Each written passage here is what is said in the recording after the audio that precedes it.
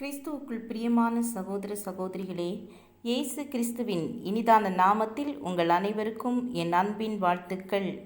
இன்றைய நாளுக்கான வேத வசனம் மத்தேயு எழுதின சுவிசேஷம் 21ஆம் அதிகாரம் 16ஆம் வசனம். குழந்தைகளுடைய வாயினாலும் பாலகருடைய வாயினாலும் துதி உண்டாகும்படி செய்தீர் என்பதை நீங்கள் ஒரு காலம் வாசிக்கவில்லையா என்றார். மதன் 8ஆம் வகுப்பு படிக்கும் ஏழை மாணவன். படிப்பில் படுகெட்டி பிரகாசமான முகம். அவன் சிரித்தால் உலகமே உள்ளடங்கும். அவ்வளவு ஈர்ப்பு சக்தி அந்த சிரிப்புக்கு உண்டு. நெல்லை மாவட்டத்தில் ஓர் சிற்றூர் அவன் ஊர். அவன் 6ஆம் வகுப்பு படிக்கும்போது குற்றாலத்தில் நடந்த மாணவர் ஆவிக்குரிய கூட்டத்தில் கலந்து கொண்டான். அங்குதான் அவன் வாழ்வில் பெரிய மாற்றம் ஏற்பட்டது. உண்மையே பேசுவேன், உயர்வையே நாடுவேன், இயேசுவை நேசிப்பேன், எப்போதும் சந்தோஷமாய் இருப்பேன், மக்களுக்கு உதவி செய்வேன், மற்ற மாணவர்களோடு அன்பாய் இருப்பேன். இப்படி சில நற்பண்புகளை பலமாக பதித்து கொண்டான். நடைமுறை வாழ்க்கையிலும் செய்து காட்டினான். ஆசிரியர்களும் அவன் மீது அளவு கடந்த அன்பு காட்டினார்கள். தெருவில் ஓர் அம்மா முகத்தை தொங்கவிட்டவாறு நடந்து செல்கிறார்கள். அம்மா, ஏன் கவலைப்படுறீங்க? உங்கள் கவலைகளை கடவுள் மேலே போடுங்க, அவர் பார்த்துக்குவார் என்று சொல்லி வாய்விட்டு சிரிப்பான். அந்த சிரிப்பில் அந்த அம்மாவின் கவலைகள் தூள் பறந்து போய்விடும். அவன் யார் யாரை சந்திக்கிறானோ அவர்கள் மனதில் ஆழமாக பதிந்து விடுவான். பள்ளியில் அவனுக்கென்று ஒரு சிறு பட்டாளம் உண்டு. விந்தையான சிறுவனாய் இருந்தான். வேத வசனங்களை மனப்பாடமாக படித்து இடத்துக்கேற்ப பொருத்தமாக சொல்வான். ஆனால் அவன் வீட்டில் வறுமை குடிக்கொண்டிருந்தது. வறுமையிலும் அவன் செம்மையாக இருப்பான். சுத்தமாக உடுத்துவான்.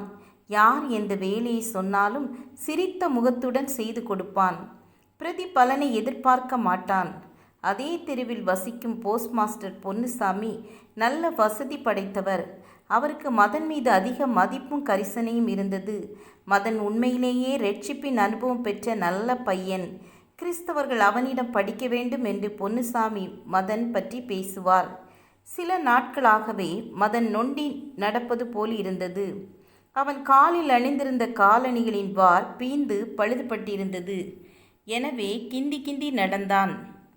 பொன்னுசாமி அவனை பார்த்து பரிகாசமாக கேட்டார், தம்பி, ஏசப்பா தான் உனக்கு எல்லாம் என்கிறாய், ஏன் கிழிந்த ஷூவை போட்டு நடக்கிறாய்? உன் ஏசப்பா உனக்கு வாங்கி தரவில்லையா என்றார். மதன் கடகடவென்று சிரித்தான். பின்பு உடனே சுட சுட பதில் சொன்னான். அங்கிள், ஏசப்பா யார்கிட்டையோ சொல்லிட்டார், அந்த ஆள் மறந்திருக்கார் என்று கணீர் என கூறினான். மதனின் பதில் பொன்னுசாமியின் இதயத்தில் இடி விழுவது போன்றிருந்தது. மதன் தம்பிக்கு புது ஷூ வாங்கி கொடுக்க வேண்டும் என்று பல நாட்களுக்கு முன்பே தீர்மானித்தேன். ஆனால் மறந்துவிட்டேன் என்று நினைத்து உள் மனதில் குத்துண்டார்.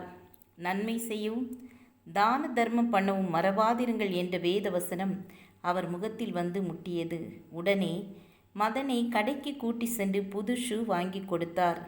மதன் தம்பிக்கு ஒரு குறையும் இல்லை. அவன் புதுமையான நற்செய்தியாளன்.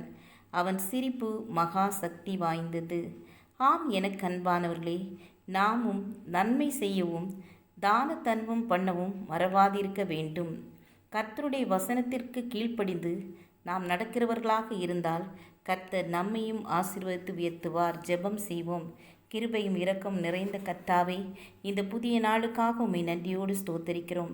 நாங்களும் பிறரை நேசித்து பிறருக்கு நன்மை செய்கிறவர்களாக காணப்பட எங்கள் ஒவ்வொருவரையும் கர்த்தர் ஆசீர்வதித்து உயர்த்தும்படியாய் ஜெபிக்கிறேன். எல்லா துதிகன மகிமை உமக்கே செலுத்துகிறேன். இயேசுவின் நாமத்தில் பிதாவே, ஆமீன், ஆமீன். God bless you.